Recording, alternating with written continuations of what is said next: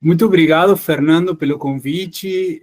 Agradeço também a toda a equipe que você tem de alunos, já começaram a me adicionar, fazer a divulgação dessa conversa. Então, quero deixar um abraço caloroso a todos os alunos envolvidos e dizer para eles que fazer universidade é isso aqui, tá?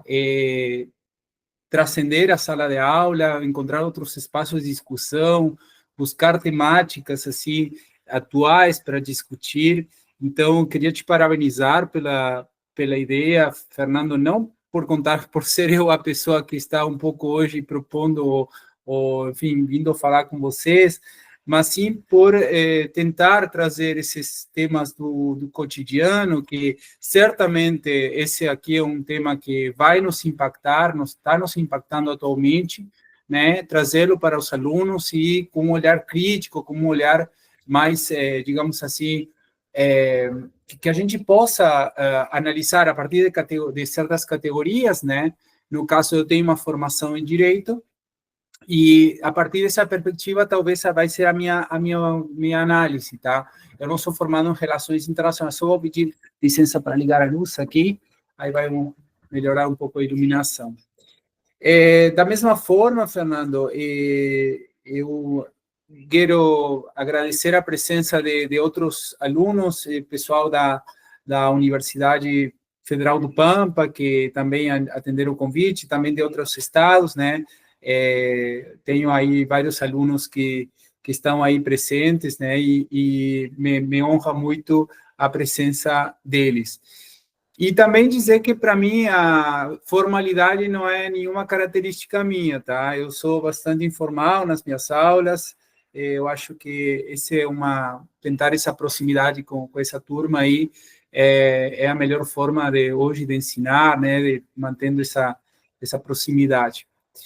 Bueno, é um pouco complexa a minha tarefa de tentar explicar algo que está deixando os cabelos mais do que brancos dos grandes analistas internacionais, não apenas quem trabalha com comércio internacional, mas política internacional, economia internacional. E tudo se eu pudesse resumir assim a ideia central enfim, dessa proposta de conversar, isso aqui é uma conversa, né? É a gente pensar que nós já o que se perdeu ou o que está se perdendo, em definitiva, é a previsibilidade. A palavra que eu quero que a gente se concentre um pouco nessa palavra, tá? Previsibilidade, por quê? Quando uma pessoa decide alocar recursos para fabricar um produto, para fazer um negócio, ganhar dinheiro, subsistir, essa pessoa organiza seus recursos com base em determinadas regras, tá? E a ideia de previsibilidade é contar com uma certa estabilidade para que essas regras não sejam mudadas a todo momento, tá? Então, quando um investidor, por exemplo, resolve colocar dinheiro no banco, comprar um título de dívida, colocar numa aplicação financeira, ele está prevendo que, conforme as regras estabelecidas, daqui a um tempo ele vai poder retirar dinheiro com algum juro, né? E não vai ter, por exemplo, uma ação do governo capturando a poupança, ou como já teve no Brasil, na Argentina e outros países.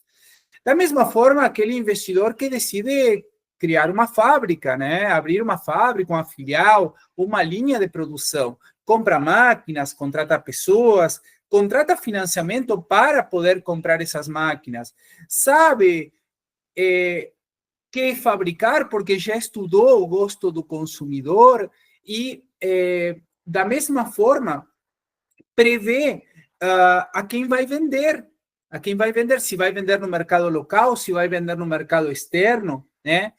Então, a ideia de previsibilidade é uma ideia que a gente vai ter que atentar bastante, tá?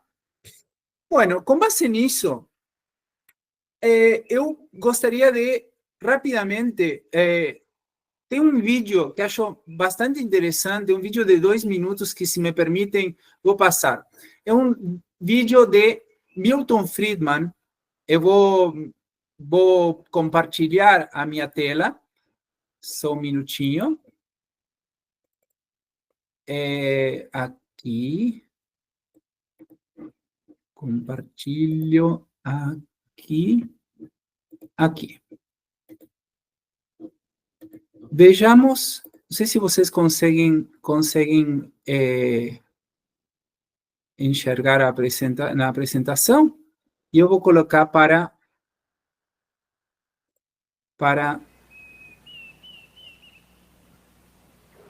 The basic principles underlying the free market, as Adam Smith taught them to his students in this university, are really very simple. Look at this lead pencil.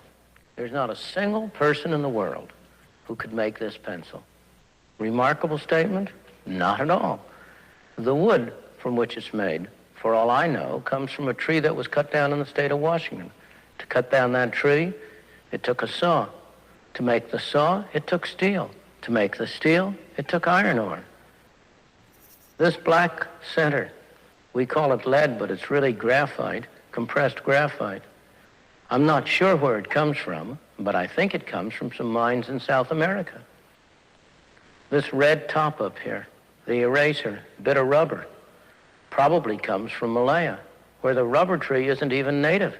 It was imported from South America by some businessmen with the help of the British government. This brass ferrule, I haven't the slightest idea where it came from, or the yellow paint, or the paint that made the black lines, or the glue that holds it together.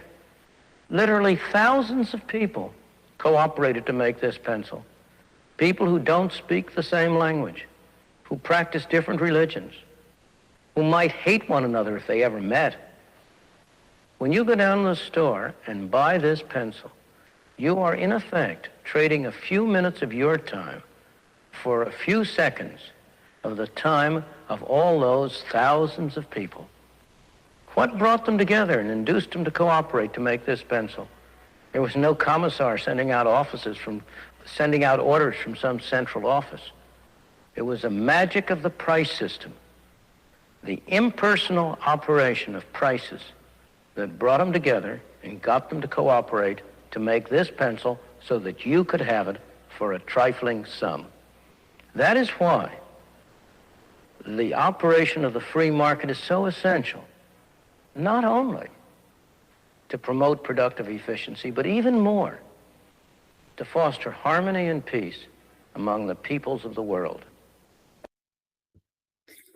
Bem, eu não quero aqui, digamos, passar a mensagem da questão do liberalismo como uma ideia a ser aplicada como uma doutrina a ser seguida como uma bula, porque a gente já sabe as consequências.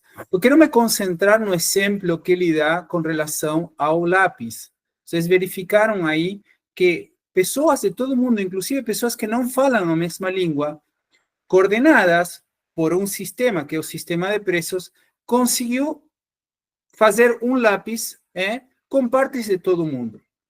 Isso se dá hoje, e obviamente se a gente podemos pegar um lápis, mas também se ele tivesse um iPhone na mão, daria o mesmo exemplo, porque hoje a gente sabe que o iPhone, seus componentes vêm de diversas partes. O que aconteceu? Quando tivemos a Revolução Industrial, nós tivemos o ganho de escala da produtividade. Ou seja, deixamos de ser produtores de bens na forma artesanal para produzir em grande escala. E essa produção em grande escala, em que uma pessoa faz apenas uma parte, aquela divisão do trabalho que se dava dentro da fábrica, começou a se dar a nível global.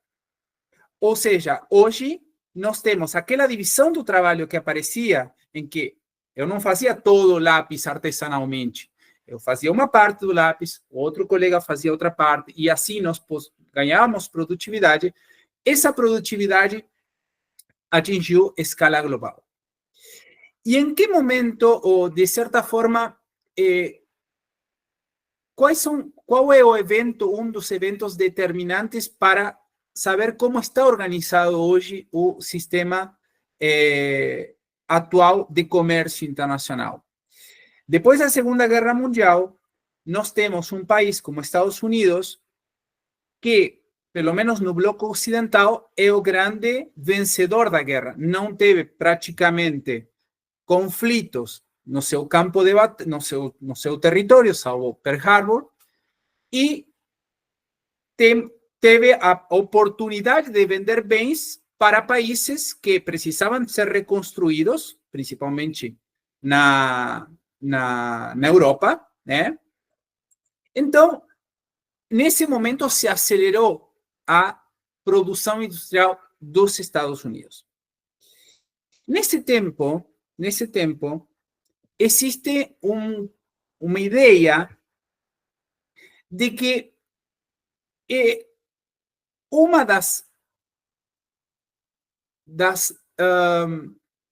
não digo condições, mas que certamente ajudariam a manter a paz, é manter uma certa ordem nas relações comerciais. Se vocês, não sei se chegaram a estudar, mas naquela época, depois da Segunda Guerra Mundial, se criam 3 instituições. Na verdade, se cria o FMI, o Banco Mundial, o sistema de Bretton Woods, e também se cria uma Organização Internacional do Comércio, que acabou não saindo do papel, porque os Estados Unidos acabaram não aprovando, não ratificando o acordo. Mas, residualmente, se cria o chamado GATT. Só para explicar, o que é Banco Mundial? O Banco Mundial, a ideia do Banco Mundial era servir de um banco para emprestar dinheiro aos países para reconstruir eles após a guerra. Tá? Então, financiamentos a longo prazo, o país ia devolvendo esses empréstimos, principalmente para obras de infraestrutura. O FMI, por sua vez, Fundo Monetário Internacional, tem sede em Washington também, vai ser uma entidade financeira internacional que vai emprestar dinheiro aos países que tenham saldo negativo na balança de pagamentos. Ou seja, quando exista uma relação dispar entre o que esse país gasta e que esse país, digamos assim, que consome, digamos, compra e vende, e para evitar que os países desvalorizem a moeda, depois eu já vou me referir que significa isso no comércio internacional, desvalorizar a moeda, o FMI pode emergencialmente colocar dinheiro. Não quero me concentrar nessas duas instituições. Prefiro falar do GATT, do sistema GATT. O GATT, como eu disse, a Organização Internacional do Comércio, não saiu do papel, mas ficou um tratado que se chama GATT, que é General Agreement on Tariffs and Trade, ou Acordo Geral de Tarifas e Comércio. E o que esse sistema estabelecer? Um acordo internacional. O sea, vocês, estudantes de direito, a maioria, tá? Ou de relações internacionais, sabem que um tratado internacional é um instrumento jurídico que tem que ser cumprido, tá? Tem que ser, digamos, observado, sob pena de responsabilidade. E no GATT, uma das principais, digamos, premissas dele era fazer com que os estados, paulatinamente, aos poucos, possam reduzir a aplicação de barreiras, em primeiro momento, barreiras tarifárias. O que são barreiras tarifárias? Principalmente, impostos. Principalmente, impostos à importação de produtos. Um país cobra impostos à importação quando entende que a chegada desse produto estrangeiro ameaça os fabricantes locais. Então, se eu tenho uma pessoa que fabrica queijo e eu não cobro imposto daquele consumidor que prefere o queijo francês, e o queijo francês ou é melhor, ou é mais barato, ou é melhor, ainda que seja mais caro, compensa pagar isso mais caro porque é muito melhor que o produto nacional, então eu vou estar, digamos assim, não posso deixar de proteger, ou seja, a ideia é que possa proteger, que tenha que proteger, para evitar a ruína do fabricante nacional. Fernando, tem algumas pessoas levantando mãos, podemos, já posso responder ou deixamos para depois? Não sei se, como você prefere. Ou teve, ou não sei se era uma pergunta. Tá mutado, não estou te ouvindo. O seu áudio tá mutado, mas eu acho que levantaram a mão sem querer mesmo. Ah, ok. Tá, qualquer coisa me avisam, tá? Podem abrir o microfone e me alertam. Então, o que acontece? Os impostos, então, servem para regular essa concorrência com o produto estrangeiro, tá? Quem acaba sendo prejudicado quando eu aplico um imposto? Acaba sendo prejudicado o consumidor, tá? O consumidor diz, olha, poxa, eu quero comer queijo francês, mas tenho que comer queijo local, que não acho tão bom, né? Porque se tem um mineiro aqui na sala, por favor, me desculpe, porque vão achar enfim, não, nada contra o queijo, eu adoro o queijo mineiro, queijo canastra, tudo delicioso, né? Só um exemplo. Então, o que acontece? É óbvio que o consumidor acaba sendo prejudicado. Então, o consumidor, ele pleiteia, baixa os impostos, porque eu quero consumir queijo importado. Bueno, o que os países entenderam? Dizem o seguinte, olha só, vamos partir da ideia de que os países não têm condições naturais para produzir todos os produtos que existem, que se podem ser produzidos. Alguns fazem melhor queijo, outros fazem melhor vinho, outros fazem melhor aviões, outros fazem melhor medicamentos, outros fazem melhor, sei lá, pneus. Então, se a gente organiza toda essa parada, vamos fazer o seguinte, para que a gente vai cobrar imposto se cada um pode se especializar naquilo que sabe fazer de melhor e aquilo que não sabe fazer bom, importa. Então, o excedente que eu tenho, porque eu fabrico pneus, mas se eu sou bom fabricando pneus, não vou fabricar pneus apenas para atender o mercado local. Eu vou fabricar pneus para vender para o mundo.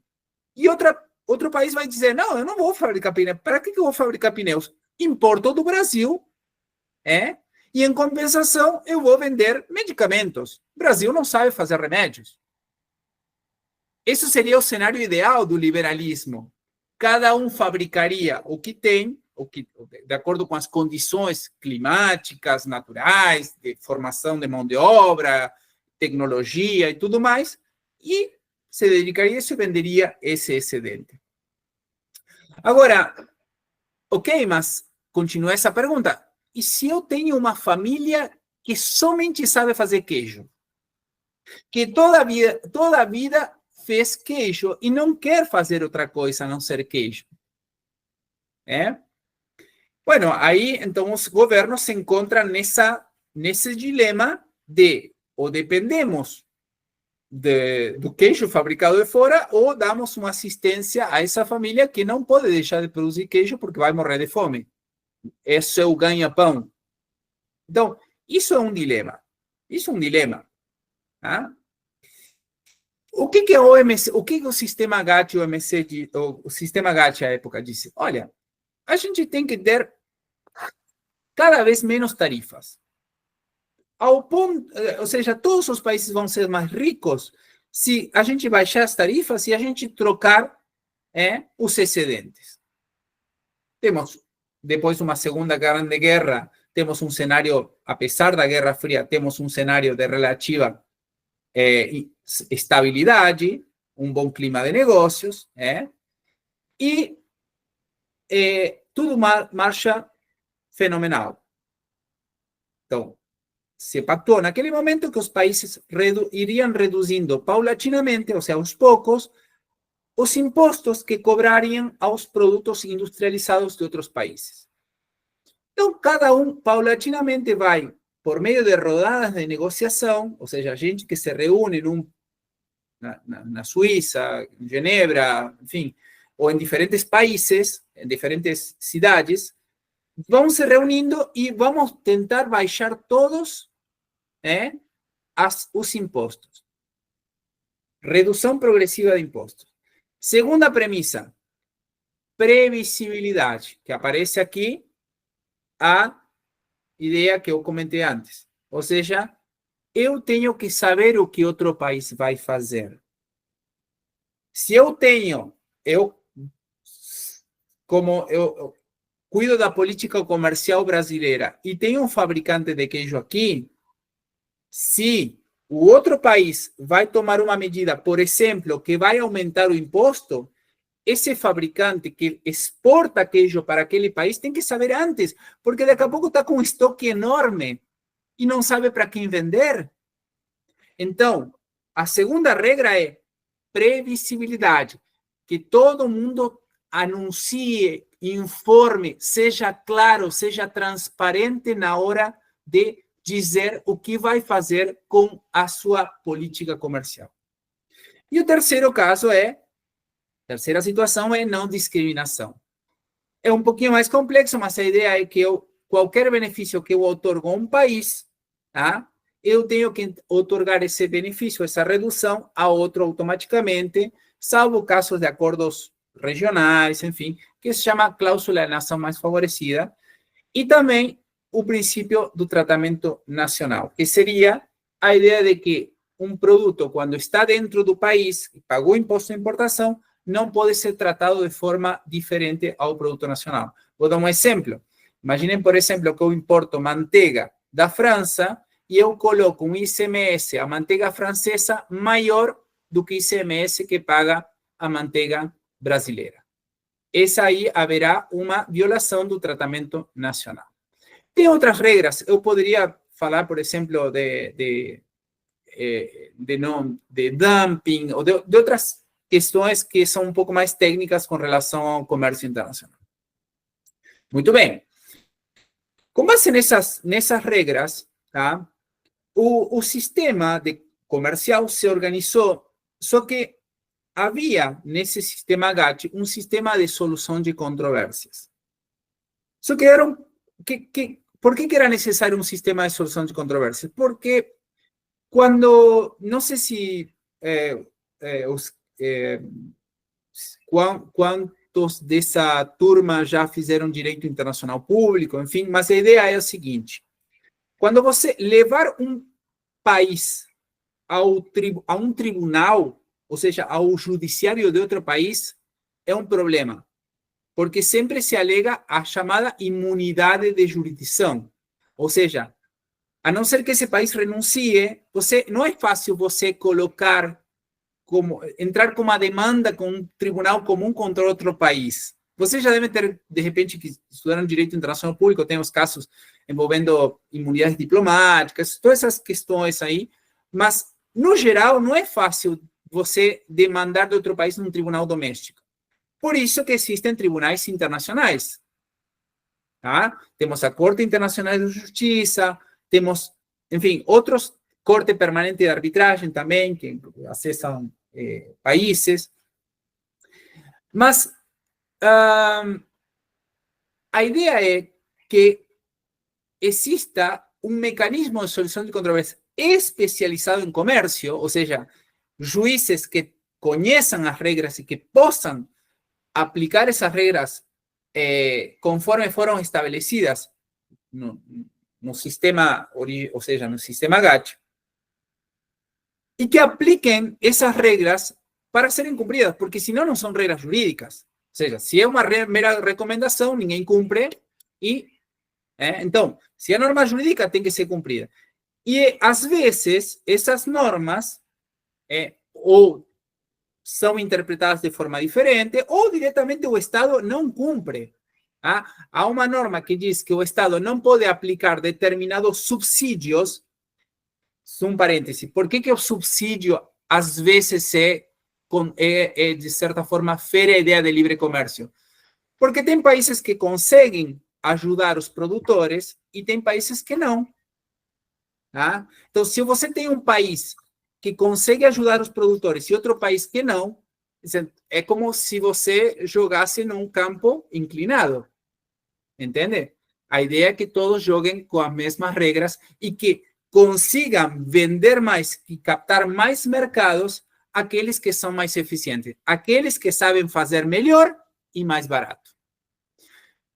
Então, se um país, por exemplo, começa a subsidiar, tá, determinado produto de forma contrária às regras da OMC, a OMC tem, o sistema GATT tem regras sobre subsídios, evidentemente que outro Estado que se vê prejudicado, que não consegue ter um preço tão barato quanto em função da concorrência desleal que fabrica que realiza outro país, vai reclamar. E vai reclamar onde? Vai reclamar num judiciário, mas não um judiciário de um país, no judiciário de um sistema internacional como o sistema multilateral de comércio previsto no sistema GATT. O que ocorreu é que, ao longo do tempo, desde que foi criado o sistema GATT, lá no final dos anos 40, até metade dos anos 90, se verificou que o sistema de solução de controvérsias que se tinha era ineficaz. Por quê? E já vou passar, digamos assim, a como funciona essa questão. A solução proposta para uma determinada disputa tinha que ser aprovada por todos, inclusive pelo país que tinha perdido a disputa. Obviamente, isso nunca acontecia, porque o perdedor sempre vai continuar achando que está certo. Então, isso gerava uma grande ineficácia.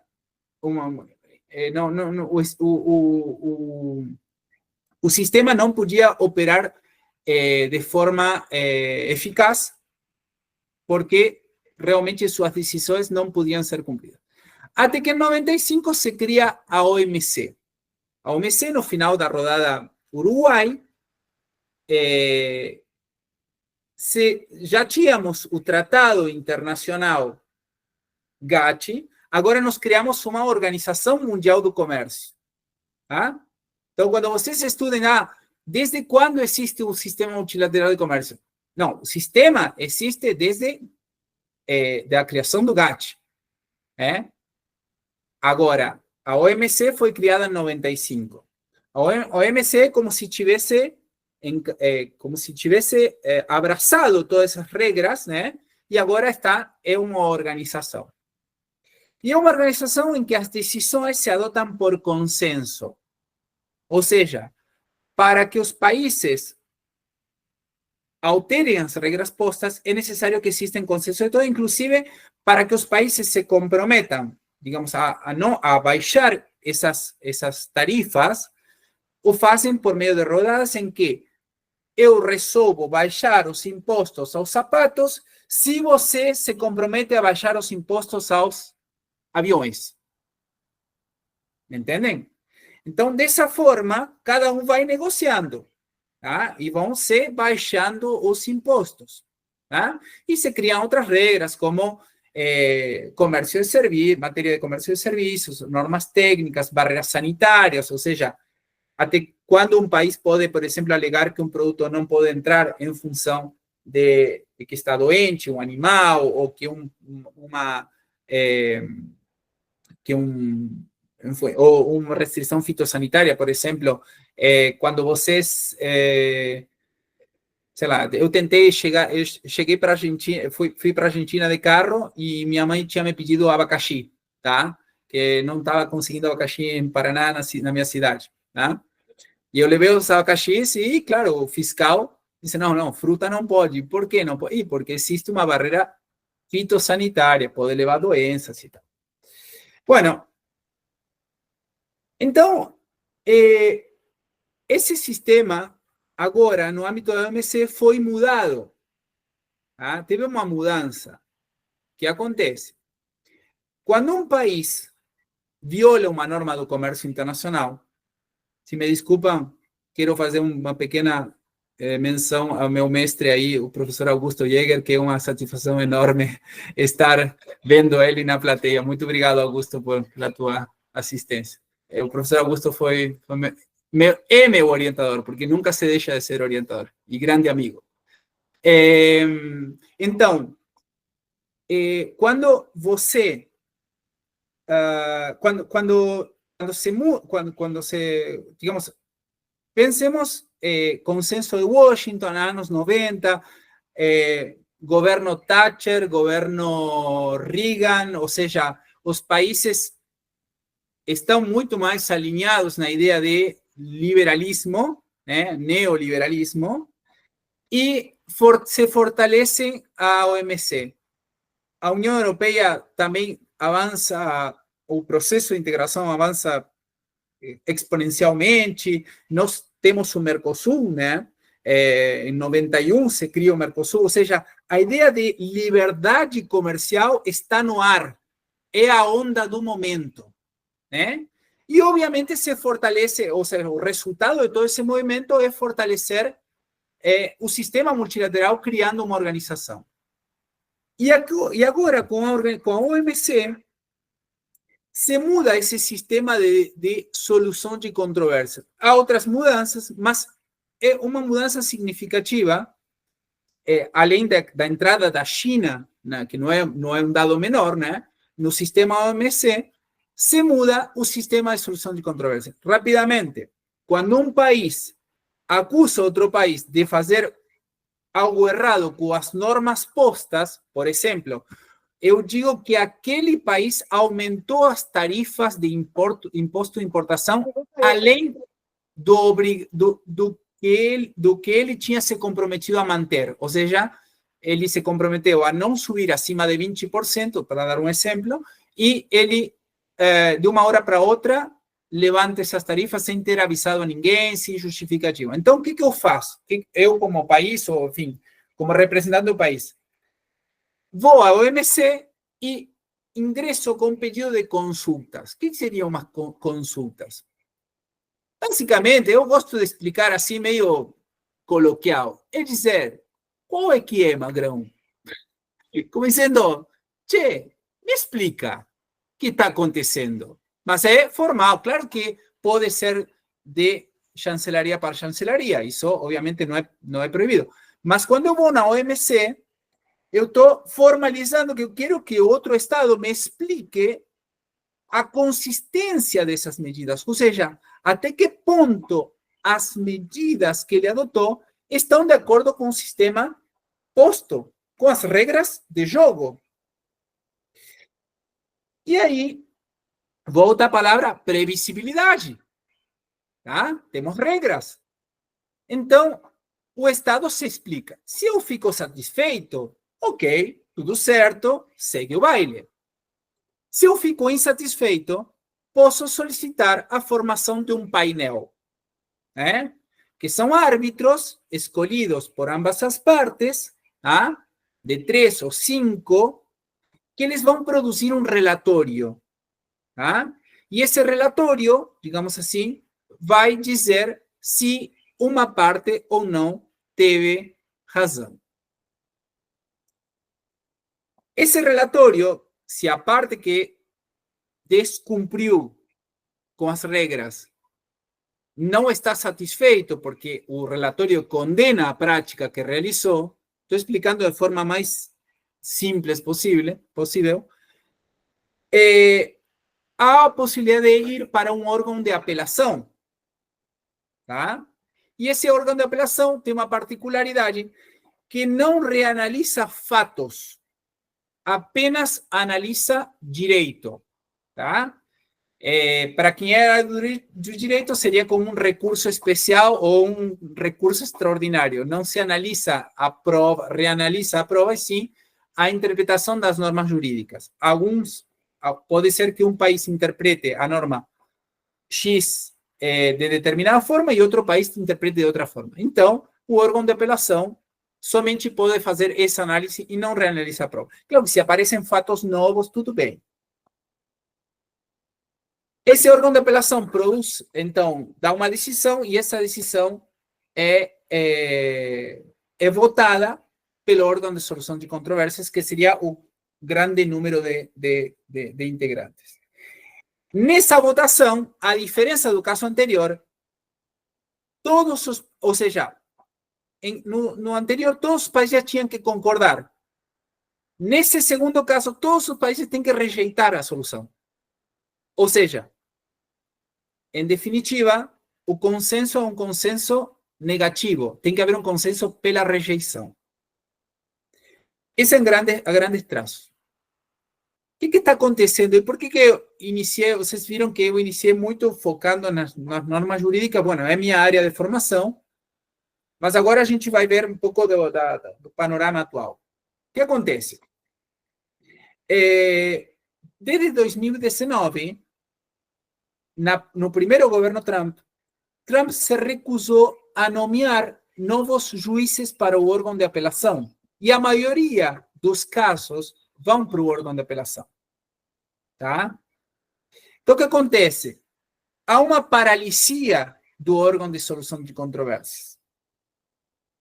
Esse cenário de paralisia do órgão de solução de controvérsias vem de 2019, não é de agora.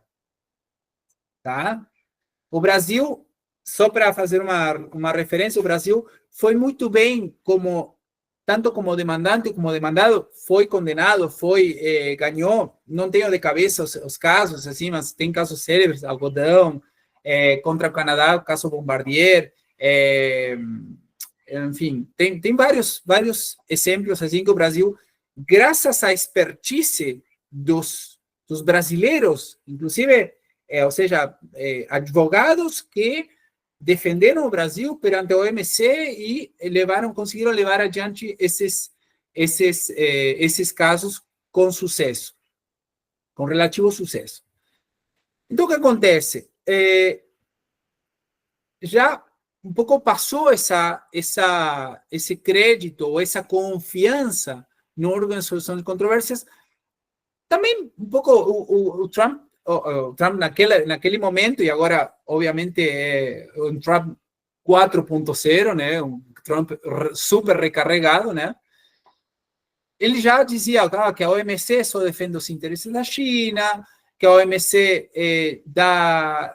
dita regras que são contrárias aos interesses dos Estados Unidos, blá, blá, blá. Bueno, né? Então, hoje, o que nós temos? Tá? E aí já gostaria de abrir, porque eu já falei bastante, né? Mas aí a gente vai conversando. Nós temos um cenário no qual a gente não, assim, a ideia o que o Trump quer fazer? A ideia dele é reindustrializar os Estados Unidos, tá? As cadeias de valor, as cadeias produtivas estão tão entrelaçadas e diversificadas, que não é possível fazer isso hoje, tá? Ou pelo menos não no tempo de mandato dele, tá? Ele sonha de ter, por exemplo, a região dos lagos, né, do Lago Michigan, né, todo Detroit, que seria o polo metal mecânico dos Estados Unidos, onde estavam as grandes montadoras. Ele sonha esse lugar. Só que ele negocia com a lógica de alguém dedicado aos negócios dos real estate Nova York, que foi o que ele fez sempre toda a vida. Tá? Então, essa ideia de ficar tarifa por cima da tarifa e tal, parece, digamos, uma briga de gangsters. Uma briga de gangsters, uma briga, ameaças, uma briga de mafiosos. Hoje em dia, obviamente que o cenário muda, porque a China, ela está por se tornar, avança a se tornar a principal economia mundial. Tá? E como nos pode afetar isso? Nos pode afetar tanto no curto quanto no longo prazo. No curto prazo, pode acontecer um aumento da inflação nos Estados Unidos, ouvindo economistas, né, não só da área de economia, mas pode haver um aumento da inflação, Por quê? Porque os produtos vão se tornar mais caros. Os Estados Unidos, para tentar conter a inflação, vai tentar aumentar a taxa de juros. Só para explicar, se os Estados Unidos aumenta a taxa de juros, significa que um banco americano te paga mais se você deixar o dinheiro lá. Ok? Então, os capitais em dólar, que ainda é a moeda local, ainda é a moeda global, digamos assim, vão dizer, opa, eu tenho esses 100 mil dólares, por que vou colocar esses 100 mil dólares num país como a Argentina, que acabou de receber um empréstimo de 20 mil, e não sei, vai durar, vai receber agora, mas a gente sabe que é para fins eleitoreiros, mas tudo bem. Para que vou colocar esse dinheiro em países que me apresentam um risco alto, se eu posso obter o mesmo rendimento, ou talvez um rendimento menor, mas muito mais seguro, colocando esse dinheiro num banco nos Estados Unidos? O que vai acontecer com o dólar? Aumenta. Por quê? Porque esses dólares que estão no mundo circulando, dizem, opa, vamos para os Estados Unidos. Uma economia sólida que está pagando mais. Então, podemos encontrar um aumento da inflação e, obviamente, esse reflexo com se digamos, a Reserva Federal aumenta a taxa de juros. Do ponto de vista do longo prazo, e não sei se é tão longo prazo, nós podemos agora começar a ver uma... Por que os países dizem agora todos os países vão se fechar? Porque esse estoque de coisas que a China produz, que não pode deixar de produzir porque é uma máquina que está andando, vai ter que buscar outros mercados. Então, não vai ser raro a gente ver um aumento exponencial dos produtos chineses nas nossas gôndolas, nas nossas concessionárias, agora com os carros elétricos. O Brasil ainda tem uma matriz de industrialização relativamente interessante comparado com outros países da região. Obviamente, o país mais industrializado, Brasil, México, não sei quem ganha nessa disputa, mas agora a gente não sabe, tá? E a China, só para finalizar, e aí a gente abre o debate, foi para a OMC. Foi para a OMC reclamar do tarifaço. Mas eu tenho dúvidas, não tanto, ou seja, um pouco pela paralisia que o sistema multilateral de comércio tem com relação a digamos, essa dificuldade do órgão de solução de controvérsias de adotar medidas em função desse esvaziamento, e também porque hoje estamos numa escalada em que a racionalidade não está primando. Tanto assim que uma jornalista perguntou se para fazer a fórmula o Peter Navarro, que é o secretário de Comércio dos Estados Unidos, não tinha utilizado o ChatGPT, porque não tinha forma de explicar a lógica. Pessoal, o dilema está aí na mesa. Estou à disposição para o que vocês queiram discutir e vamos bater um papo. Obrigado.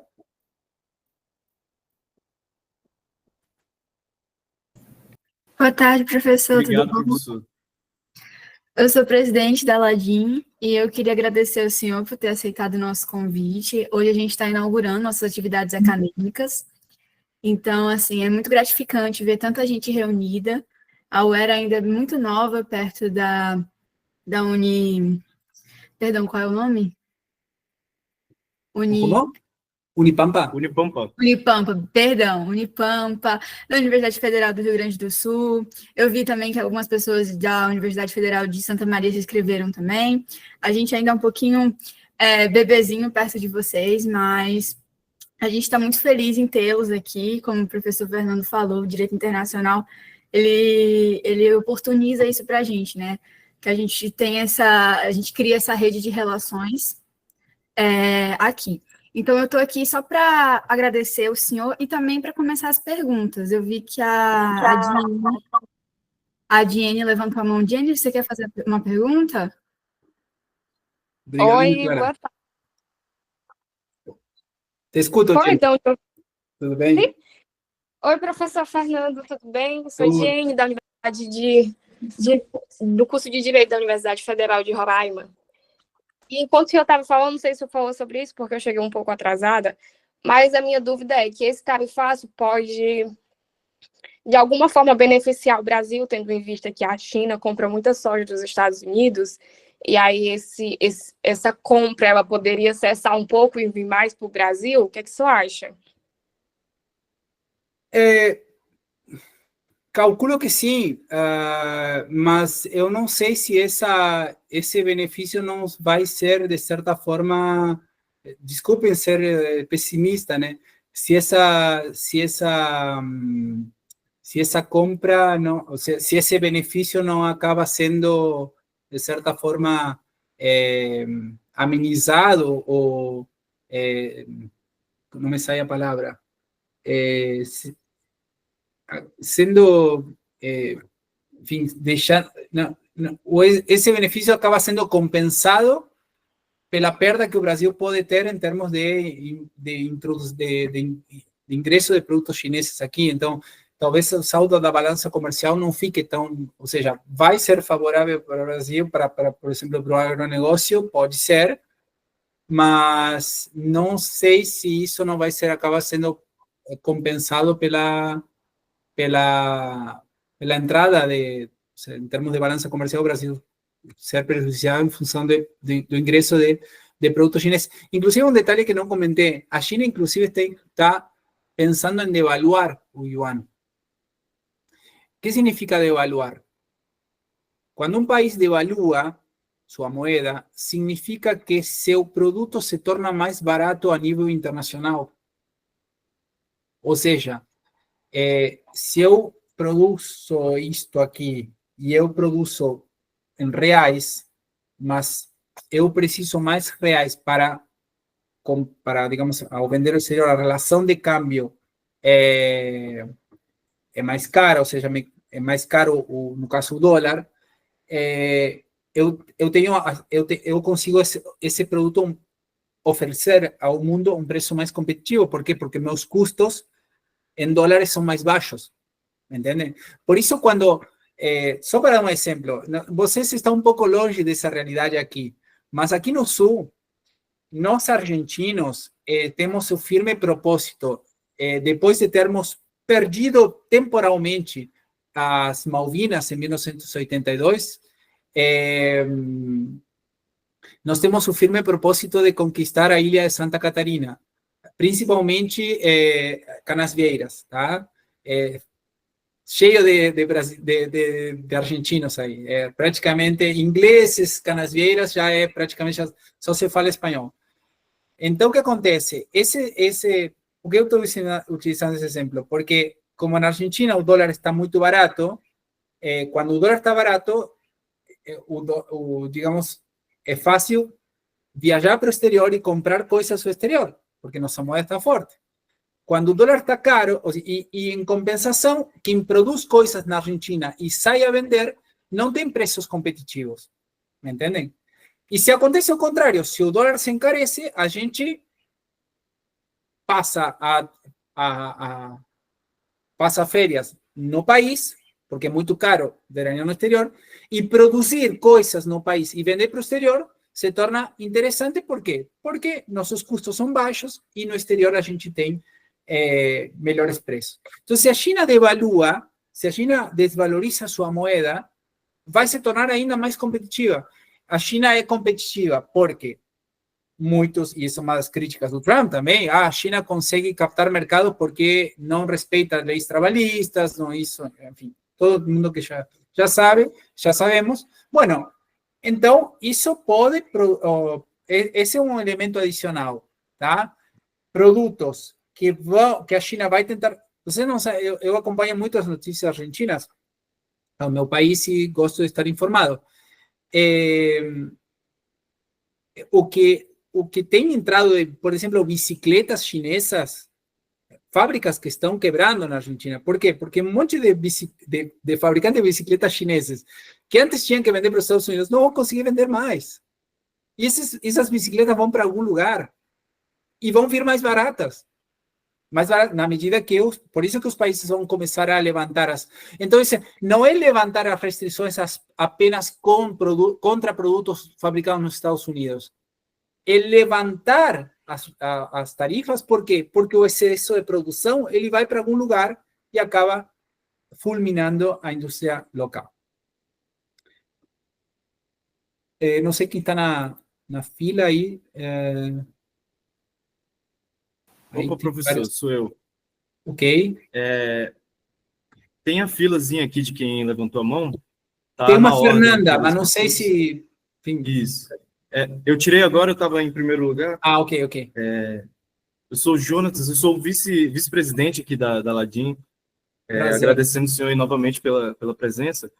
E para aumentar aqui o nosso bate-papo, né, uma outra perspectiva, eu gostaria de saber do senhor o que o senhor acha sobre como está se tornando, além de uma guerra, entre aspas, econômica, uma guerra também ideológica, e de como isso pode mudar a forma como a gente enxerga a geopolítica mundial, né? Porque a gente está vendo aí um movimento, claramente, o Trump tá impondo essas sanções para todos os países, mas está sendo voltado principalmente para o maior rival ideológico, que seria a China, né? E a gente também tem aplicação relativizada à Rússia. Eu não vi exatamente quanto foi praticamente aplicado. sem tarifa para a Rússia. Exatamente. Então, você tem essa que a Rússia até então seria um dos grandes rivais, né? A Rússia e a China. E aí você está vendo também essa união entre polos se unindo contra essas políticas tarifárias. Por exemplo, saiu uma notícia agora mais cedo sobre a união da China com a Europa, né, com os países da Europa, para tentarem manter os mercados, mesmo sobre essa enxurrada de tarifas e taxas que o governo Donald Trump está impondo.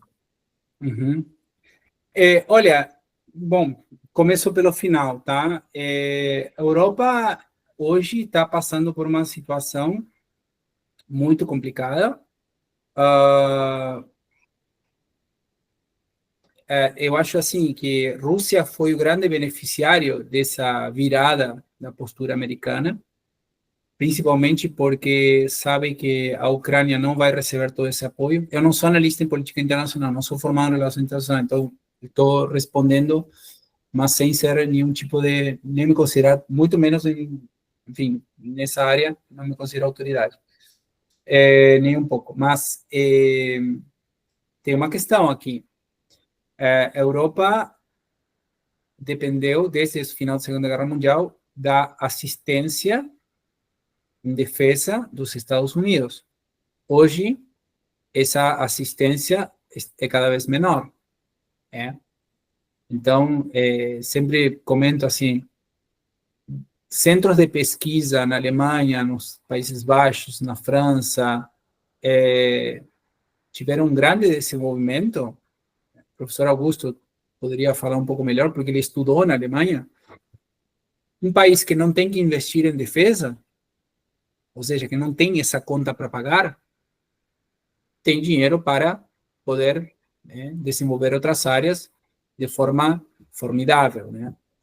Agora, para a Europa, do ponto de vista da geopolítica, a Europa está muito complicado porque não sabemos até quanto Rússia pode avançar. A ideia de uma grande Rússia é uma ideia que está pegando, digamos assim, que começa a pegar e começa a causar muita preocupação. Até onde termina a ideia de uma Rússia grande? Com relação à China, é surpreendente, até o que causa realmente bastante confusão nos analistas, pelo menos o que eu observo, é que a China, sendo um país que a gente não considera democrático, porque não há não há pluralidade partidária, existe um regime central, o partido é que dita o rumo, a cada 5 anos se projeta um rumo econômico, isso é revisado, mas não há, as liberdades individuais não são como a gente conhecemos aqui, como a gente conhece aqui. É hoje um país muito mais previsível do que os Estados Unidos, por conta da figura que ocupa a Casa Branca. Tá? Então, os países, eu imagino que vão buscar, sim, tentar que não isso depende do grau de importância da balança comercial que tem com os Estados Unidos. Alguns países têm uma balança importante, México, Canadá, provavelmente vão se sentar a negociar com Washington, tá? Mas outros países vão dizer, che, já não dá, ou seja, não vou negociar com esses caras, porque não tem lógica. Ou seja, não tem lógica nem no discurso, nem na prática, tá? Tudo aquilo que Trump... As pessoas... Assim, normalmente a gente diz, olha, aquilo que falou em campanha não vai fazer. Até que fez. E fez pior do que ele falou em campanha. Então, assim, vão ser... quando assumiu Trump, faz... que? Já estou perdido. Alguém me ajuda aqui. Foi... esse ano? Sim, esse ano. Sim, foi esse ano. Sim, que estava confundido com seu amigo Milley, que está... Não, Milley já leva mais um ano mais. Então, não está dando para conversar. Do ponto de vista discursivo, ele diz assim, olha, todo mundo está vindo negociar para beijar meu bumbum, para ser bastante delicado. Tá? Então, isso realmente os países não querem ser maltratados, tá? Não querem ser maltratados, querem negociar. Eu não estou dizendo que os chineses sejam os grandes benefatores do mundo agora, longe disso, mas eu acho que é um país que hoje está apresentando uma maior estabilidade do ponto de vista da hora de sentar-se e negociar novos tratados. Não sei se respondi.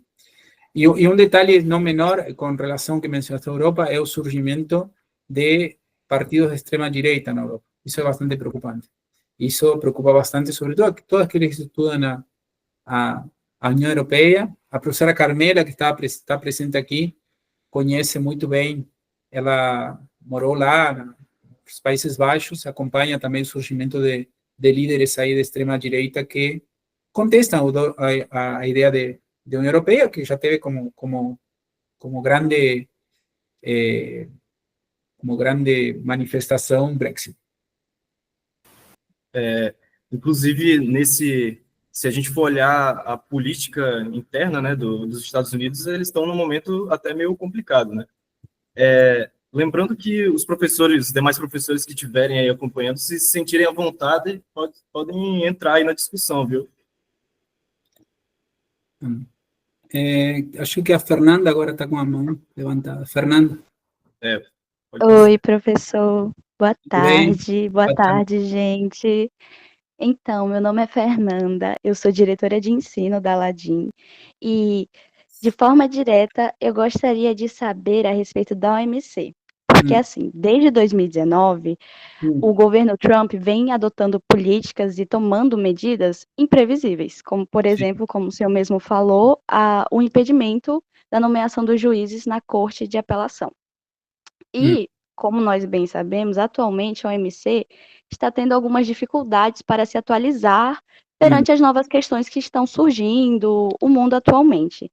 Então, eu gostaria de saber se é possível a gente dizer que a política tarifária do governo Trump pode ser vista como uma tentativa de reforma ou de deslegitimação da OMC?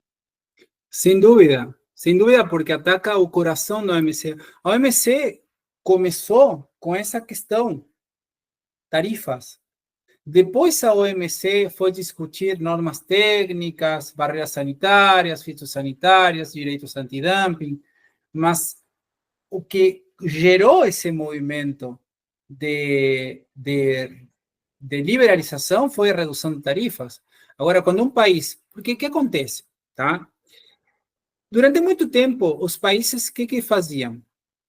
Por que se criaram, por exemplo, barreiras sanitárias? Tá? Ou, por que se criaram acordos sobre barreiras sanitárias? Vou te dar um exemplo.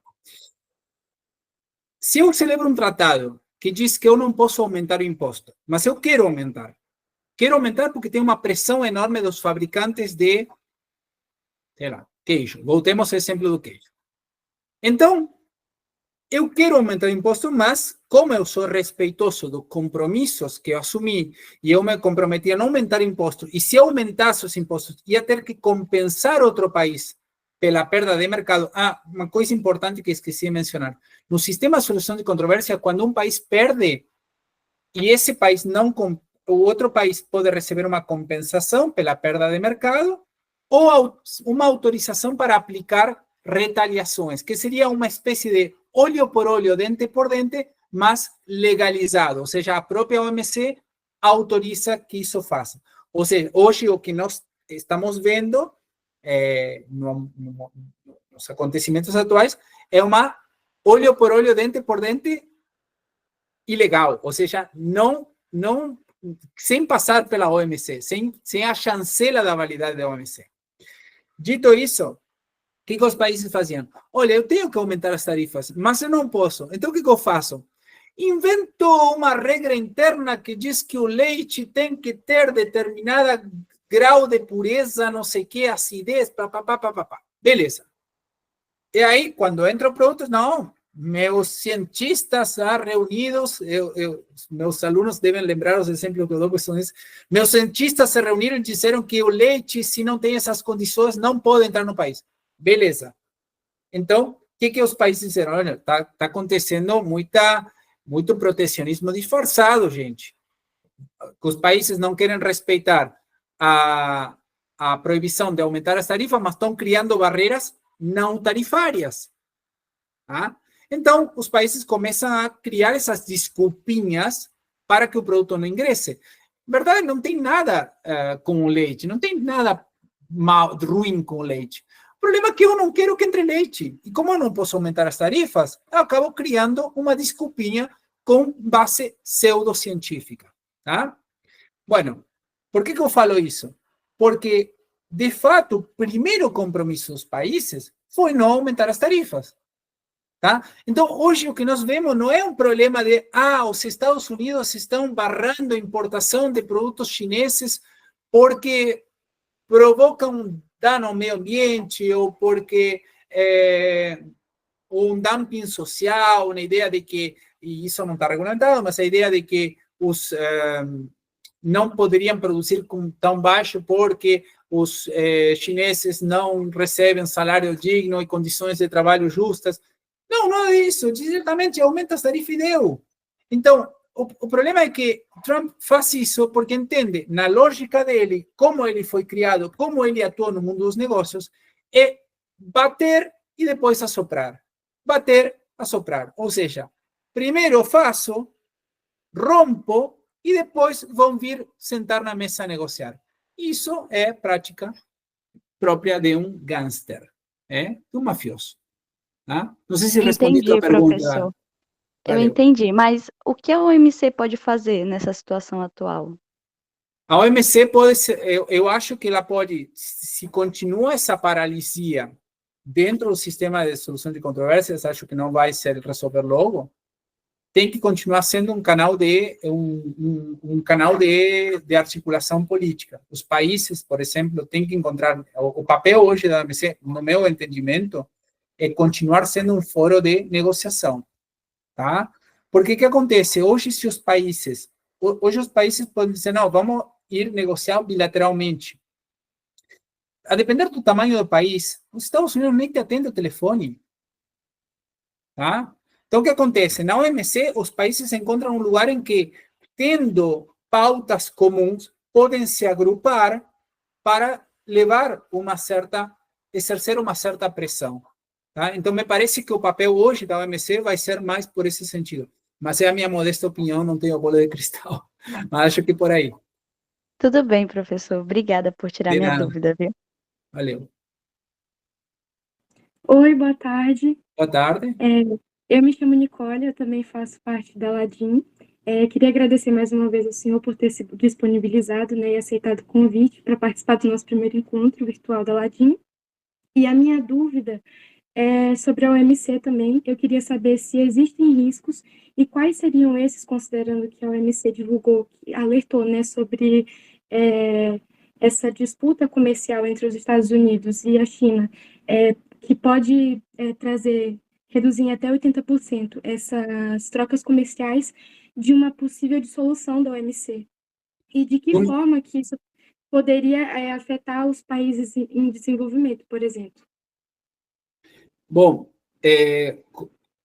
tu diz, não sei se cheguei a ouvir totalmente a pergunta, se essa guerra comercial pode levar a uma dissolução da OMC. Sim, quais seriam os riscos? Tem risco e quais seriam esses? O risco sempre existe, né? Só um minutinho, eu vou ter que abrir de novo aqui para um felino caseiro aqui sair. Os gatos entram e saem toda hora. Sim, não a curto prazo, não vejo isso como uma possibilidade a curto prazo de se dissolver a OMC. O risco, a ver, hoje em dia, e eu não quero ser, não posso deixar de, não quero ser alarmista, mas o problema é que essa retórica entre países, o problema é que escale a um nível que já o comércio não seja o principal problema. Tá? Porque agora nós estamos falando de dois países que são potências militares, quase que, digamos, estão, poderia militar os Estados Unidos é maior que a China, sim, mas são países muito importantes e tem um ditado de uma professora que, pelo menos, acho que é da Universidade de Genebra, que diz assim, se as mercadorias não atravessam as fronteiras, os soldados o farão. Ou seja, se a gente não mantém o comércio como uma, digamos, uma forma de manter harmonia entre os países, isso pode resultar em escalada de conflitos diplomáticos e posteriores conflitos armados. Então, assim, não sei se uma dissolução, sei que pode haver, pode passar, o que acontece é que a OMC fique como uma entidade residual, inclusive, por exemplo, os próprios Estados Unidos sair da organização, como já fez com a OMS. Vai se retirando de todos os mecanismos multilaterais. É um governo que não acredita no multilateralismo. Tá? Que entende que o diálogo, que entende que o esforço comum entre os países não é algo a ser preservado. Então, me parece que, claro, aí quando você começa a perder atores importantes na organização, não apenas, obviamente, do ponto de vista de capacidade de atuação, mas também até do próprio financiamento. A organização precisa de alguém que pague as contas, que pague o aluguel, que pague os salários dos funcionários. E se você não tem... Olha a quantidade de programas que estão sendo cortados no âmbito da OMS porque os Estados Unidos se retirou. Por quê? Porque não tem mais... Ou seja, uma parte importante do orçamento da OMS vinha do orçamento que dava os Estados Unidos. Então, assim, a minha ideia, o que eu considero, talvez não exista uma dissolução, mas sim se torne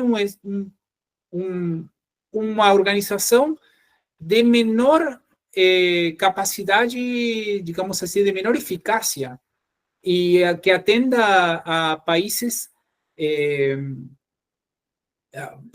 como, que não, talvez como o Brasil, por exemplo, mas não em conflitos envolvendo grandes mercados, como, por exemplo, Estados Unidos.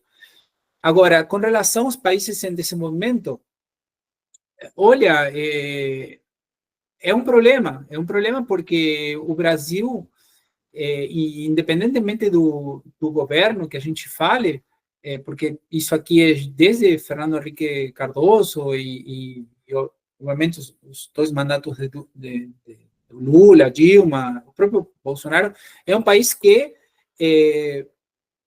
claro, o Bolsonaro teve uma postura bastante, digamos assim, resistente a essa ideia de multilateralismo também, mas um país que sempre confiou nessas instituições multilaterais. E foi muito importante para o Brasil defender seus interesses nesse cenário. Teve grandes conflitos muito interessantes em que o Brasil firmou posição, conquistou, se fez valer, né? E realmente é uma pena que se torne um organismo marginal quando a gente fale de grandes mercados. Mas é uma realidade que, pelo menos, um panorama bastante sombrio. Professor, agora com a licença aqui do Lucas, ele cedeu o espaço dele para a professora Carmela.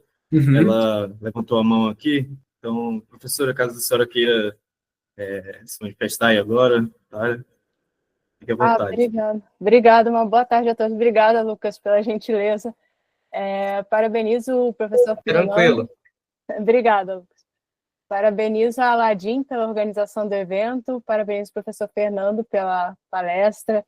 Excelente tema. Eu vou até um pouco sair do tema da palestra, aproveitando todo o conhecimento do professor Fernando, para perguntar sobre essa questão do Trump, sobre o isolamento, né, esse isolacionismo americano, desde a época do Big Stick, e depois, quando veio Franklin Delano Roosevelt, tem um período de fomento ao multilateralismo dos Estados Unidos, e agora vem essa retórica isolacionista, e bem forte nesse momento desse segundo mandato do governo Trump, e com esse tipo de situação em que ele alega que o Canadá pode ser o 51º estado americano, aí o Canadá não paga tarifa, não precisa pagar imposto de importação.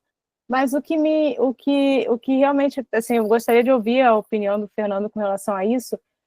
Se você é dono da moeda, da principal moeda que é do comércio internacional no mundo, o dólar, e aí essa paridade ouro-dólar é retirada com o Nixon, por que tem esse fomento? Assim, é mais para realmente ver o posicionamento, assim, a opinião do Fernando com relação a isso das criptomoedas.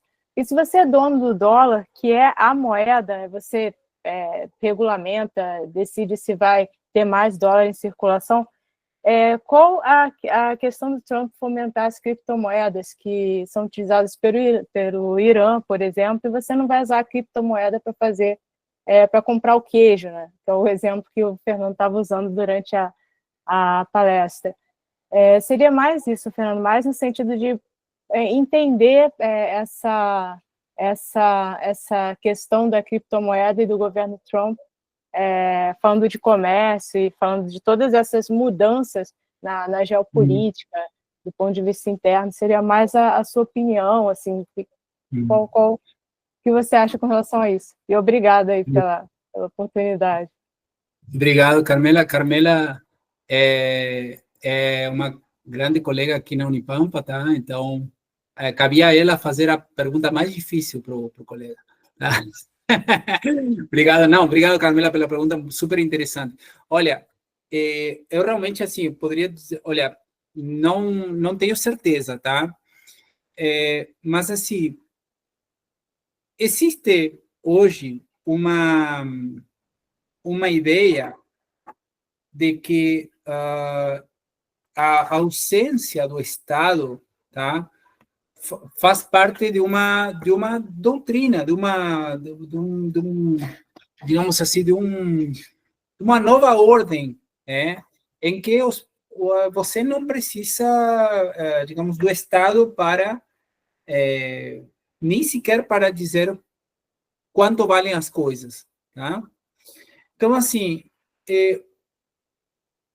eu acho, não tenho certeza, tá? Mas talvez essa ideia de posição sobre incentivar o uso de criptomoedas, que, por sinal, elas também têm assim, a correspondência com o dólar, se apoiam no dólar, tá? Tanto assim que, bom, o Bitcoin, por exemplo, teve bastante perda. Não sei, acho que é uma forma, digamos assim, de permitir que os controles se tornem mais laxos em determinadas situações, tá? O mundo ainda está tentando ver de que forma regulamenta essas operações com criptomoedas, tá? Vou ter um exemplo. Não foi o Trump que aprovou um decreto que elimina punições, o Foreign Corrupt Act, não é? Carmelo? É um decreto que pune os funcionários públicos estadunidenses por práticas de corrupção mundo afora. Então, ele o eliminou. Porque a China faz a mesma coisa e não são punidos, então eles agem de forma ilegal. Agora, não vejo assim, não entendo muito bem essa relação assim de por que há tanta digamos tanto incentivo mais do que uma questão assim da ideia de que o Estado não deve intervir, mas confesso que não sou especialista nessa parte das criptomoedas, realmente não sei. Tu tem alguma hipótese, Carmela, com relação a isso? Mas é uma coisa estranha, né? Porque o Irã usa criptomoeda e você não consegue Sim. passar pelo sistema legal essas transações. Então, países que você tem ali como inimigos, você fomenta. Agora, se você é o dono da moeda que controla o mundo e fez toda uma política, né, ao longo da história, para quando era a libra esterlina para o dólar se posicionar, né? Foi uma conquista dos americanos. Por que agora fomentar num local que você tem a economia tão forte? Mas essa tua hipótese aí é a única que pode ser que faça algum sentido, porque realmente, assim, né, uma coisa que é difícil, assim, por isso que eu gostei de ouvir a tua opinião. Obrigada. Eu não sei nos Estados Unidos, mas, por exemplo, na Argentina, o mundo cripto é extremamente, ou seja, por exemplo, eu como eu disse, acompanho a política argentina, o mundo cripto foi um dos principais apoiadores do Javier Milei, por exemplo, para a presidência, da ideia do libertário, tá? Hoje, Trump, de libertário, passa longe, apesar de ser um ídolo de Javier Milei, está fazendo totalmente o contrário, é um intervencionismo. Estão dizendo que Trump é Perón na Argentina hoje, né? Então, essa galera do mundo cripto tem esses valores, digamos assim, de ausência do Estado. Então, realmente, aparece como uma contradição o governo estar controlando, intervindo na economia com tarifas, controlando o comércio internacional, mas não sendo tão, digamos assim, tão firme no controle de mecanismos financeiros que acabam escapando do monopólio da moeda forte do comércio internacional, que é o dólar. Pode ser que essa parte esteja se lhes escapando. Eu não sei se tem alguma outra explicação. Pode ser que faça parte mesmo da doutrina mesmo desses países, da doutrina, digamos, da ideologia estabelecida, uma ideia de uma ausência de Estado, mas assim, se há ausência de Estado, por que os Estados Unidos estão intervindo tanto? Pois é, isso não tem realmente. e sai da minha galera, que são o Canadá já, mas assim, Austrália e Reino Unido, né, que não são que fomentam as criptomoedas. É bem estranho. Né? Obrigado, Fernando. De nada, Carmela. Obrigado pela pergunta. Não sei quem está na lista. Miguel.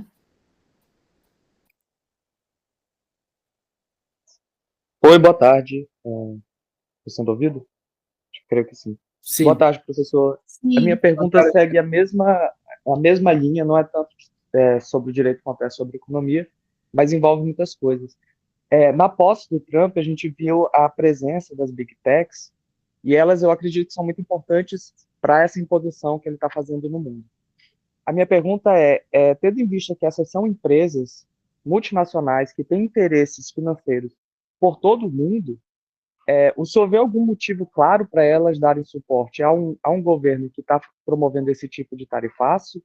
Porque a minha percepção prévia parece que vai totalmente contra os Não interesses faz, próprios dela.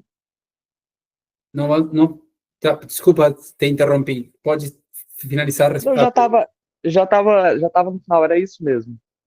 Se não vai contra os próprios interesses, então qual seria o interesse dessas empresas que eu vejo como ferramenta do Trump em se associar a esse governo? Não, na verdade a pergunta é se continuam sendo sócias desse governo ou se não estão aos poucos pensando em soltar a mão. Por quê? O próprio Elon Musk chamou de idiota o Peter Navarro, secretário de Comércio. Ou seja, não digamos assim, não é uma coisa que está indo, que está favorável para essa empresa, entendeu? A minha pergunta, desculpa interromper, a minha pergunta vem justamente dessa crítica que o Elon Musk fez, e já que o senhor trouxe ela à tona, o senhor acha então que isso pode ser uma cisão entre essas empresas do governo Trump? E se Bueno, sim, isso pode atrapalhar o governo, os planos do governo? sim, eu não sei porque não estou no mundo das Big Techs, não acompanho esses movimentos das grandes companhias tecnológicas. Ou seja, o que fico sabendo é em função das repercussões que tem para o governo Trump e como o governo Trump foi montado. Mas, certamente, isso pode vir a ter as empresas vão ter que negociar. Por quê? Porque Trump, o que eles prometeu a essas empresas? Menos regulação. Não lhes prometeu, principalmente as empresas que trabalham com informação. Bueno, Twitter o X agora. Vocês vão poder manter as publicações ofensivas sem ter que responder. Vocês não vão ter que prestar contas com relação por exemplo, questões relacionadas a monopólios. Então, está tudo certo, tá? Agora, tem outras empresas que se dedicam bueno, não sei como vai ser a postura do Jeff Bezos, por exemplo. Jeff Bezos é dono da Amazon, que tem, digamos, um dos maiores varejistas do mundo, né? Que vende produtos que vem da China. Tá? Então, esses produtos vão deixar de ingressar no país. Então, realmente, assim, pode ser que o Trump tenha prometido para eles menor regulação para atuar, mais liberdade para atuar, mas eu quero, pelo menos, prefiro continuar tendo menos liberdade e coisas para vender, entendem? Então, não sei, realmente isso vamos ver até que ponto ainda não está rompida a relação entre as Big Techs e Trump, mas é uma coisa que pode vir a acontecer sem dúvida, porque, sobretudo, as empresas que não conseguiram dar a volta. Talvez Elon Musk comece a pensar, bom, talvez meu mercado de carros não vai ser tanto nos Estados Unidos, vou continuar produzindo na China e vendendo para, sei lá, para Brasil, para Austrália, para na própria China. Se bem que competir hoje com BYD, por exemplo, é realmente bastante difícil, né? Mas eu acho que não está definida essa questão do apoio incondicional. Acho que numa hora pode vir a aparecer essa cisão, essa ruptura, sem dúvida, sem dúvida.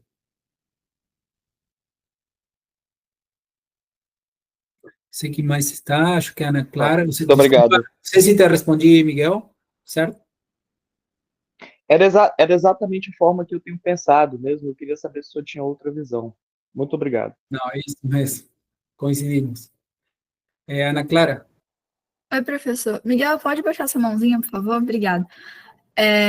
Eu só queria oportunizar a Manuela, que fez uma pergunta para o senhor no chat. Você prefere que eu leia? Ou você...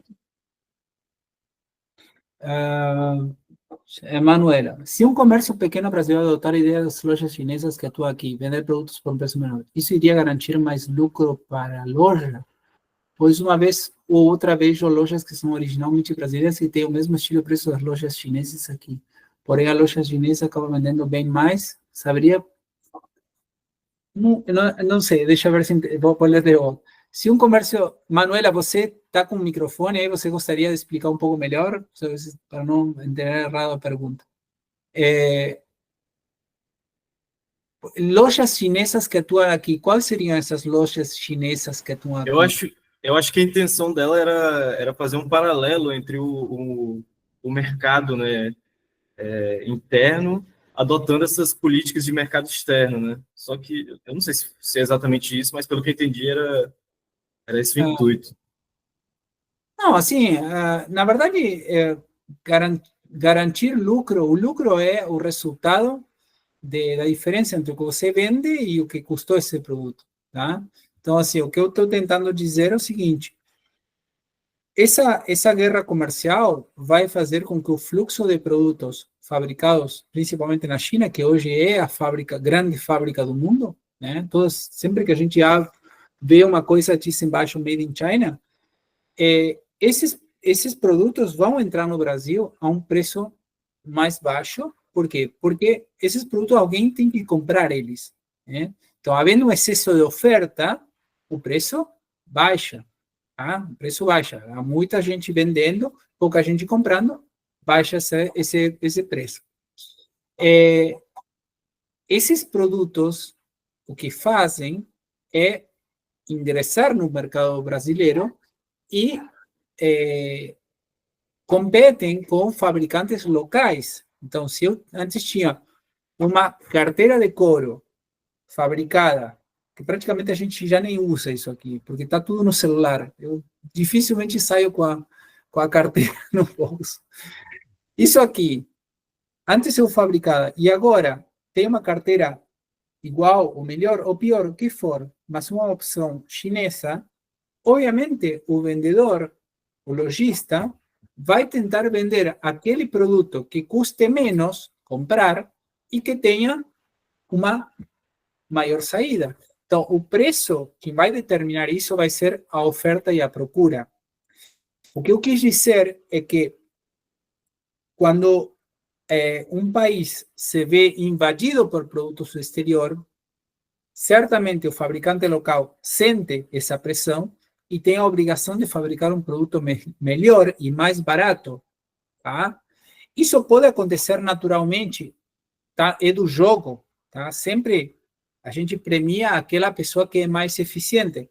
O problema, tá? O problema é que muitas vezes existem certos setores que são sensíveis em determinadas partes da economia e que o Estado não tem intenções de deixar à deriva, tá? Então, basicamente, assim, os produtos podem ser mais caros ou mais baratos conforme a lei da oferta e da procura, tá? Diz assim, pois uma vez que outra vejo lojas que são originalmente brasileiras têm o mesmo estilo de preços das lojas dos chineses aqui. Porém, a loja chinesa acaba vendendo bem mais. Pode vender mais porque o produto é similar e porque é mais barato. Simples assim. Não tem outra explicação. E se for complementar, eu não sei, mas aqui no Brasil a gente tem uma série de regras, inclusive, que limitam essa prática desleal, né, que chama de mercado. Mas eu acho que aí já é outro assunto, não entra no nosso tópico aqui. Não sei quem está na sequência. Pode seguir para o próximo aí na vez, né, Ana Clara? Eu acho que é tu ou o Enzo.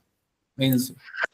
Opa, É um prazer estar aqui debatendo com o senhor. Sou diretor de extensão da Aladim.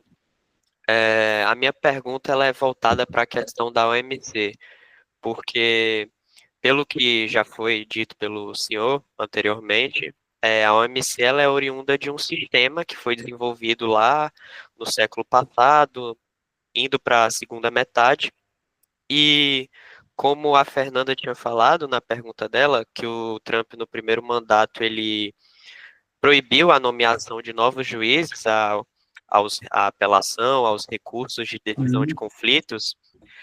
Além disso, eu queria, são duas perguntas. Qual seria o método possível para que a OMC ela intervisse nessa guerra tarifária, nesse ciclo em que um país alega uma coisa e ilícita do outro quanto ao mercado, ou também seria necessária a elaboração de um novo sistema que fundamente a OMC, já que o sistema qual a fundamentou veio antes mesmo do comércio eletrônico, do boom do comércio eletrônico. Isso. A minha resposta ia ser nesse sentido. O problema atual, a gente está com um problema, digamos, de inoperância, tá? Mas também uma coisa deve ser dita, que é o seguinte: não adianta você ter um juiz, ou seja, a gente está falando de, isso para não deixar, é uma pena que eu somente nesse momento da palestra diga isso e não tenha falado isso antes, mas me parece importante remarcar mesmo assim em tempo falar isto. A gente está falando de disputas comerciais entre estados, não entre empresas, entre estados. Os estados têm soberania, tá? Então, impor uma decisão a um estado é muito difícil, tá? Ninguém vai entrar avançando com tanques de guerra, não se espera isso, não estamos falando desse tipo de conflito, tá? Por isso que o sistema OMC trabalha com a ideia de uma retaliação, ou seja, o estado que se viu prejudicado está autorizado a elevar, por exemplo, se você elevou tarifas à entrada de produtos de calçados e eu perco o mercado, deixo de vender calçado porque você levantou ilegalmente os impostos aos calçados e me gera um prejuízo, deixo de exportar, e a OMC garante, ou seja, diz que você atuou ilegalmente, ou você me compensa ou me autoriza a mim a colocar uma tarifa a algum produto que você exporte para mim. Então, a ideia do olho por olho, dente por dente, mas, como eu disse, legalizado. Agora, os países, precisamente, têm que ter uma postura de se curvar às normas. Ou seja, de obedecer às regras de jogo. E hoje o grande problema é que talvez estamos esperando da OMC, de um sistema de solução de controvérsias, num clima em que as partes não estão nem um pouco dispostas a dizer que existem regras. Você entende? Ou seja, não, na política internacional, pelo menos na política comercial, mas também em outros aspectos da política internacional, não está sendo prioridade parar a bola e dizer, só um pouquinho, gente, temos regras a cumprir. O que me leva à segunda parte da pergunta, que é a questão de como mudou o comércio internacional. E sim, não sei como a alteração deve ser feita, mas certamente hoje o sistema comercial, passaram 30 anos, de 95 a 2025. Vejam só que curioso, a OMC celebra 30 anos, que lindo clima de comemoração que tem, né? Tipo, totalmente um clima de velório. E esse tipo de situação acaba, digamos, essa mudança que teve no comércio internacional, certamente vai, necessariamente vai ter que replantear algumas regras. Bueno, não sei como, mas algumas questões, por exemplo, crescimento do comércio eletrônico. O comércio eletrônico também, e a velocidade das informações também estimula a saída, a movimentação de capitais de forma muito mais rápida. Tá? Então, hoje em dia, os países que acabam apresentando uma certa volatilidade os capitais escapam rapidamente. Tá? A China, a Índia, países que estavam crescendo, sim, estavam crescendo no ano 95, mas não eram o que são agora. Tá? Também tem outras questões de caráter, me parece que importante, questões que são importantes a levar em conta. Uma questão que não é menor é como os estados estão lidando com a sustentabilidade das suas economias. Principalmente tem uma questão demográfica que é alarmante. O único país que cresce demograficamente é a África. Tá? Então, por exemplo, hoje África não é um continente relevante do ponto de vista do comércio internacional.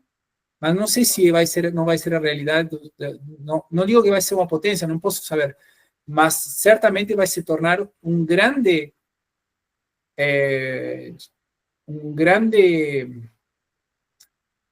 centro de comércio em função de uma população que não para, ou seja, que cresce a diferença de outros países.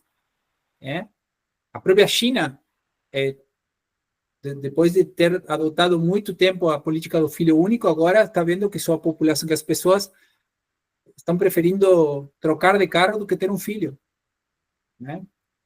Então, isso, acho que são, digamos, realmente isso vai fazer com que o sistema multilateral de comércio tenha que ser repensado. Tenha que ser repensado, sem dúvida. Grato. Valeu, Enzo. Acho que Lucas, Ana Clara. Opa, boa tarde. Lucas Araújo, diretor de pesquisa da Ladim. É uma honra ter o senhor aqui. E a minha pergunta é mais voltada para os Estados Unidos dessa vez. O senhor tinha mencionado que o Trump fazer essa independência de produtos estrangeiros só no governo dele era um sonho meio distante. Então, eu queria saber se essa política dele, essa medida que ele está tomando, poderia ter outros objetivos, outras intenções, além de só potencializar a indústria dos Estados Unidos. Eu acho que ele está falando para sua base e tentando... Ele se elegeu com esse discurso, MAGA, Make America Great Again. Tá? Esse discurso foi o discurso de campanha dele. O setor operário dos Estados Unidos, as unions, que seriam como sindicatos, sempre se viram identificados com os Partido Democrata, né? Mas hoje a perda de empregos, a perda de poder de barganha dos sindicatos é enorme. Isso se vê, inclusive, em países como o nosso. Isso, inclusive, um dos grandes problemas das contas públicas dos países é que temos menos trabalhadores formais aportando ao sistema de previdência e aportando um sistema para financiar o Estado. Então, muita gente dirigindo Uber, entregando comida. A transformação do mundo do trabalho foi muito importante. Então, assim, gente que antes sonha, ou seja, gente que tinha o sonho de trabalhar numa fábrica, de que na fábrica podia desenvolver sua carreira, é um exemplo de saudade, um exemplo de uma ideia de voltar àquilo que era antes, né? Só que eu acho que ele está fazendo isso para, de certa forma, responder a esse público, né, que espera ansioso dizer, olha, eu te votei, ele vai ter eleições ano que vem, vai ter eleições de meio termo, né, e está tentando cumprir com esse slogan, né? Só que, assim, eu não tenho muito mais explicações, porque realmente carece de toda a lógica, como eu disse. Não se pode fabricar um iPhone de um dia para outro nos Estados Unidos, porque a câmera é do Japão, a bateria é lítio da África, o acelerômetro é da Alemanha, ou seja, todos os componentes estão vindo de fora. E não estou falando apenas de um telefone, estou falando de qualquer tipo de produto que o estadunidense médio consome. Eu fui para Nova York esse ano, tá? Você não encontra produtos nas gôndolas fabricados nos Estados Unidos. Sim, produtos de alimentação, que sei lá, mel de maple, produtos primários, assim, mas produtos industrializados não encontra. E são produtos sofisticados, não são quinquilharias chinesas, tá? São produtos com grande tecnologia, tá? Isso representa, ou seja, um desafio enorme. Como é que o cara vai fazer? Não faço a menor ideia. Mas ele também não tem muita ideia, não? Então, acho que, para mim, é questão de slogan mesmo. Deixa eu compreender. Obrigado, professor. Valeu. Obrigado. Professor, agora é a minha pergunta mesmo, não é de outro aluno. A gente sabe que a Amazônia tem uma reserva muito grande de lítio, né, que é uma matéria-prima para a produção de energia limpa, para bateria. No caso, o senhor citou a BYD, eu lembrei disso. O Elon Musk, inclusive, já demonstrou interesse sobre isso. E a pauta de energia limpa é muito grande na ordem mundial, né? Inclusive, os Estados Unidos agora gerou um pouco de polêmica a sair do Acordo de Paris e etc. A minha pergunta é no sentido de: o senhor acha que nessa guerra comercial entre a China e os Estados Unidos, e esse privilégio que os Estados Unidos dá a acordos multilaterais, né? O senhor acha que uma das facetas dessa guerra será justamente essa competição para quem consegue comprar matéria-prima de países como o Brasil, por exemplo, que explora não só matéria-prima para energia limpa, né, mas também soja e produtos in natura, alimentação, esse tipo de coisa? Acho que sim, que vai, ou seja, essa demanda, os países não vão voltar a usar carros a combustão fóssil. Tá? Isso é um caminho sem volta, não vejo assim que... Por mais que ele diga drill, baby, drill, perfora, baby, perfora, porque temos que voltar a produzir petróleo. Estou vendo que assim, o cara está assim, muito atrás, é uma ideia de, sabe, que saudade, entendeu? Daqueles tempos, é um pouco essa ideia, né? Agora, eu não, digamos, demanda vai existir, demanda me parece que vai existir. O problema é como vai se organizar essa demanda, ou seja, quais vão ser as regras de jogo para poder, de certa forma, colocar uma certa ordem em cima da mesa. Vamos ter países como o Brasil, ou seja, por exemplo, bem disseste, a Argentina também tem, ou seja, existe lítio tanto na Argentina, na Bolívia, no Peru e também no Brasil, que, como bem disseste, se utiliza para a fabricação de baterias. O problema é como os países vão se portar diante dessa demanda externa. Vamos voltar a ser países bananeiros? Não sei se vocês sabem de onde vem a expressão da República Bananeira, né? Uma empresa que se chamava, acho que é United Fruit, que era Centroamérica, né? Que era um país, era uma empresa muito poderosa que comprava as bananas e outras frutas na Centroamérica e vendia para os Estados Unidos, e era uma empresa tão poderosa que derrubava presidentes, ditava as regras do jogo, digamos assim. Só para comentar, a Argentina, por exemplo, o governo de Javier Milei aprovou uma lei que se chama Regime de Incentivo aos investimentos, e oferece muitos mais benefícios do que qualquer companhia já pediu para poder investir. Claro que como a Argentina hoje está num cenário de volatilidade, com um dólar que não, as empresas têm muito receio de investir na Argentina por conta de controles cambiários, não se sabe quanto vai valer o dólar e tal, os grandes investimentos não chegaram, tá? mas vamos nos tornar países extrativistas, ou seja, países em que apenas se leva, a gente só fica com uma migalha do que é extraído, ou vamos fabricar baterias, tá?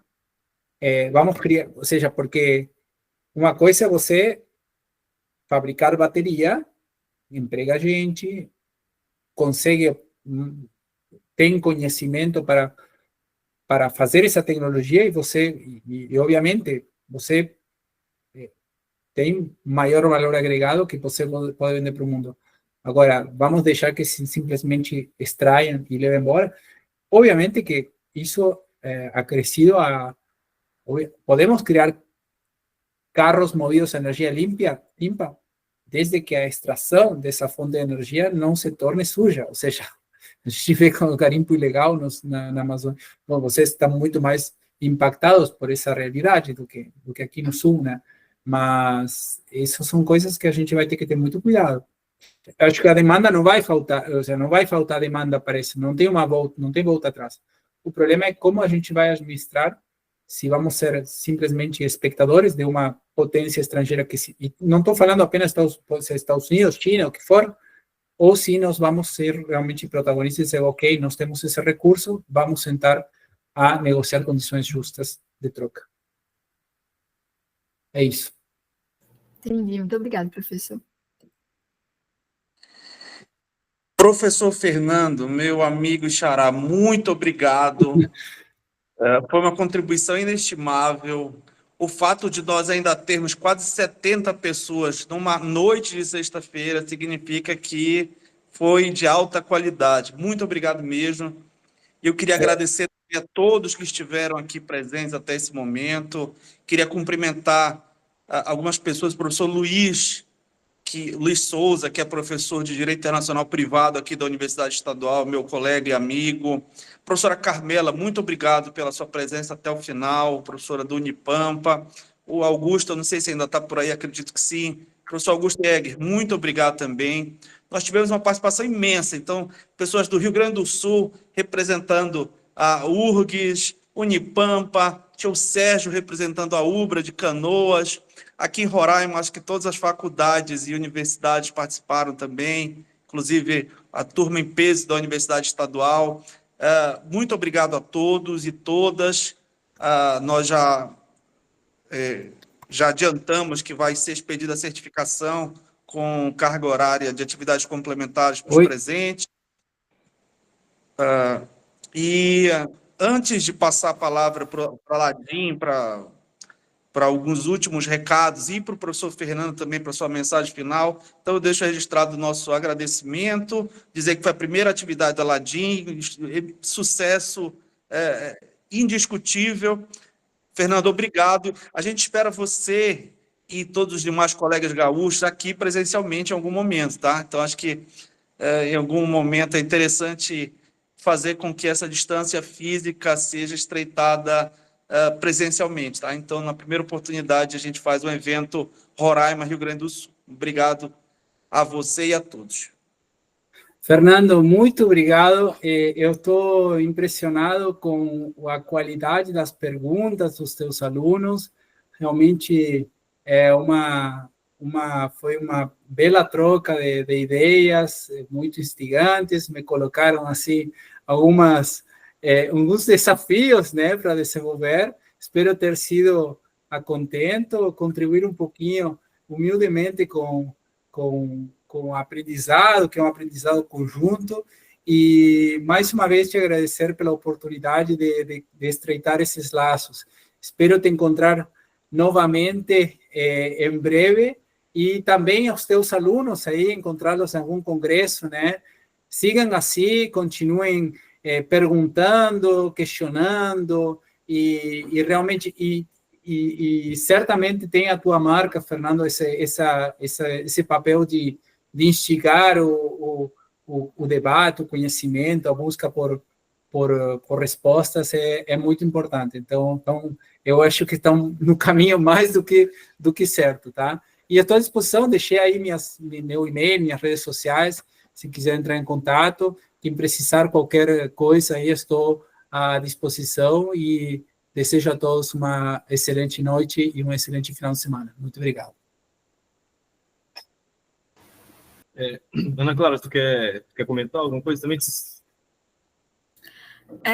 Eu só queria dar alguns avisos sobre a Liga. Eu vi que tem muitos estudantes da UFRR e da UER aqui, de Boa Vista, e tem outros também, como eu já tinha comentado anteriormente, que a gente consegue ver no formulário de inscrição.